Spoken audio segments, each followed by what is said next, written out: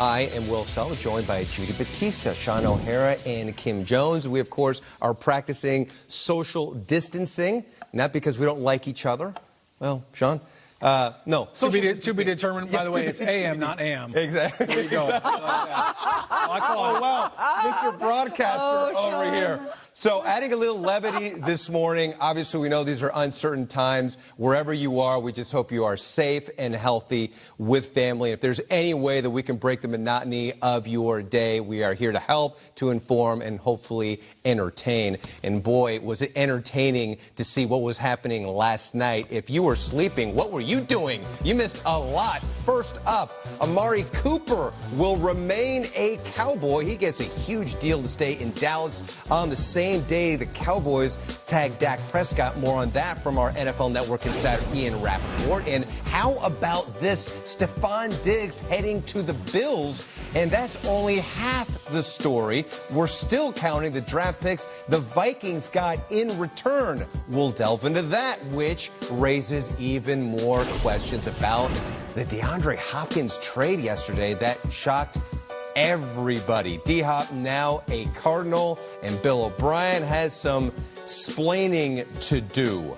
But right now, doing some splaining for us is our cavalcade of reporters, the best in the business. You see them right there. Ian Rappaport, Tom Pelissero, and, of course, Mike Garafolo. And, Ian, let's start with Amari Cooper. We know that both sides there in Dallas were working on a deal. Amari Cooper had said over and over he'd like to be a Cowboy for a long time, and he finally got his wish.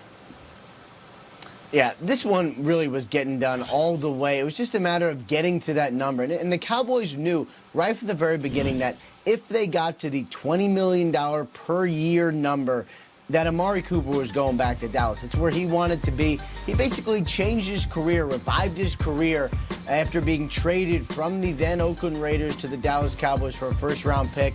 And, of course, for the Cowboys, they are aware of how different things are when he is on the field and healthy. Just a matter of arriving to the right numbers. They did that late last night. The Redskins also had some interest, but it sounds like they knew that whatever happened, Cooper was going back to Dallas.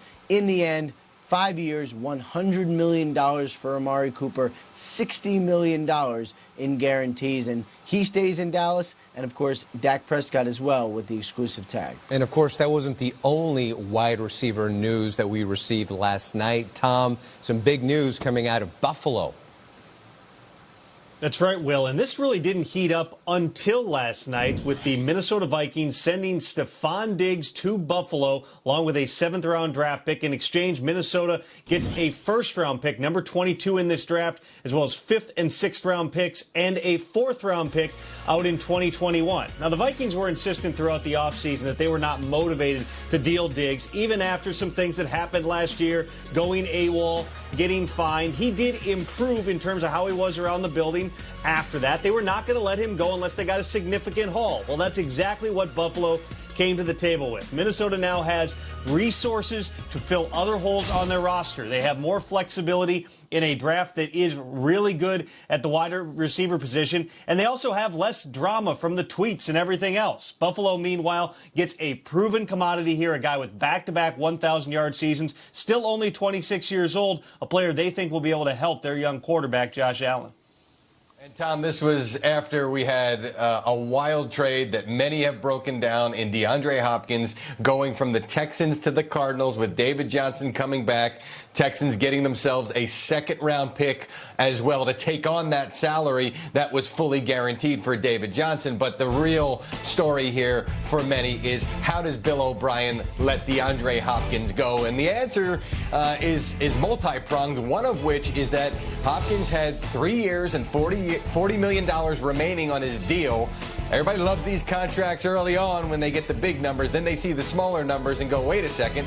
Julio Jones just got his deal done with 2 years left. He's into the 20s on an average per year. I'm looking at an average of like 13 over the next 3 years. I want a new deal. And O'Brien saying, we're not going to do that. These two have also not seen eye to eye at times. So O'Brien says, you know what? I'm going to move on, and then I'm going to bring myself in David Johnson, whom he still believes can be a dual threat, unlike he was, like he was was a couple of years ago, unlike last year with the Cardinals.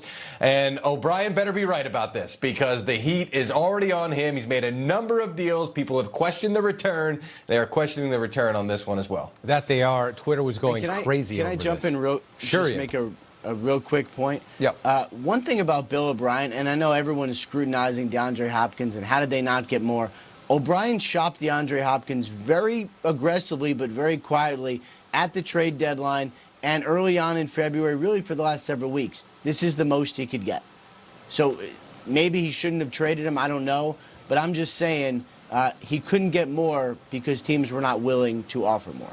All right, fair point there. Ian, Tom, Mike G, thank you very much. There were a lot of people on Twitter that were wondering what was going on, including our Adam Rank. David Johnson for DeAndre Hopkins would get vetoed in most fantasy leagues with the team managers barred for life. This would be 100% facts, my friends. Oh, wow, from Kenyon Drake with the eye-popping emoji there. And 10 plus 11 plus 13 equals scary sight. Welcome to the squad, bro. Let's eat at DeAndre Hopkins. That, of course, from Steve Kirk and Jalen Ramsey. What?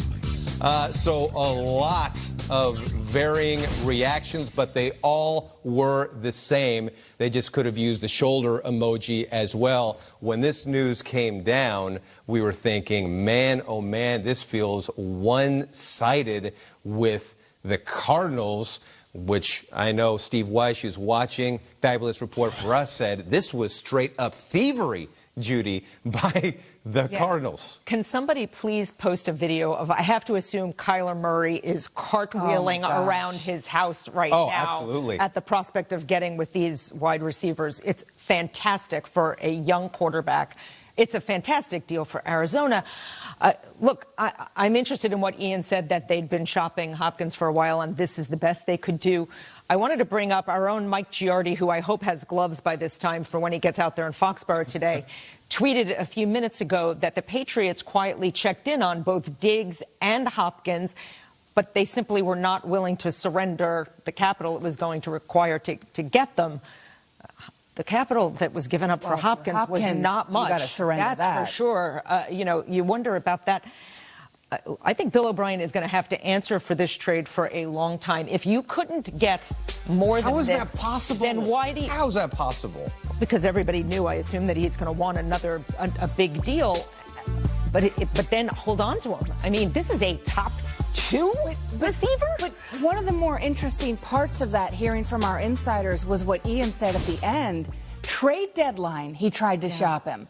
That changes the entire 2019 season. Absolutely. If that happens. He changed games down the stretch. He changed games in the playoffs. I mean, against the Bills. I mean, that to me was the remarkable part. And maybe back then it was a second and it just never improved. So he decided to go ahead and get the deal done. But it feels like he traded David Copperfield for a bag of tricks. Because DeAndre Hopkins is a magician. Yeah, because David Blaine Blaine ain't coming, right? Straight up, right? That's not going to work out, right? And yeah. You're so funny. You're just so funny. I don't know why. I just thought of David Blaine. But you look at this, and reportedly they had issues there in Houston. So if you are a teammate of DeAndre Hopkins and you're seeing this unfold, don't you say to yourself, these two men have to work this out. This is a singular talent that we have. But who's going to say that? Yeah. Bill O'Brien has as much power as any He's got coach the in the final league next to Bill Belichick. No, it's a good point, though. I had you more of a Chris Angel guy, but I love the stink eye right now that Bill O'Brien's going to get when he is finally able to walk into that building and into that locker room. I mean, the guys on that team, to your point, Kim, they wouldn't have been in the playoffs last year. No, not without DeAndre Hopkins. No. Think about it. Will Fuller was hurt. When Deshaun Watson was running around trying to save his life, he was looking for DeAndre Hopkins. So the ripple effect from this trade, I don't know if it's going to be worth it. And, I mean, think about it like this. You're a father. You got 4 kids, all right? You've got an unbelievably state-of-the-art SUV. The kids are watching TV in the background. They got their own headphones. They each get to watch their own show. And you just traded that in for a 1986 sheepdog. all right, and a station wagon that now they have nothing to do. So you're going to have to answer for these angry kids that are going to be throwing stuff at you for the next 8 hours in the car. Here's what I have to believe, though, to craft what Bill O'Brien has to be thinking is he got a second back, right? He has to be thinking that in this draft, I'm not saying you're going to get DeAndre Hopkins. Right. I'm saying, to me, that has to have played a role here, that he believes he can get a young player who is going to be highly talented. They're going to be receivers go, in the 4th round that are really talented in this draft. So he has to believe he can get something to where Deshaun Watson has a playmaker to work with. That's the only way this even partly makes sense to me. The only way is because of what this draft represents at the receiver position. And it's a huge gamble. Look, let's rewind actually to last year when the Giants traded Odell Beckham to the Cleveland Browns. People took the Giants and Dave Gettleman to task, and he got a 1st rounder, a 3rd rounder, and Jabril Peppers. And it's too early to judge. You look at that and compared to the haul of what they got with Arizona. Right. This is, the hauls are not comparable. The other thing about David Johnson is I know it's a second back for them, but he had one productive season, and he's 3 years removed from that season now. That's right. We have no idea if he can get to close to that again. He's been hurt a lot. Will Fuller is always hurt. And Fuller's always hurt. And if he's your guy now, find a way. He's now he's your guy. He's got to be your number one while a rookie develops, right? You think. And the Texans continue to look for a running back, too. Lamar Miller, Carlos Hyde. We just Here keep we go. going. David Johnson. Let's just One keep going. thing, because I don't know if we're getting back to the Cardinals today, I actually still hope they draft CeeDee Lamb. Right, which would be insane. Which would be crazy. Then all the receivers. Then you say, just go, and we dare one of you in this league to be able to cover them.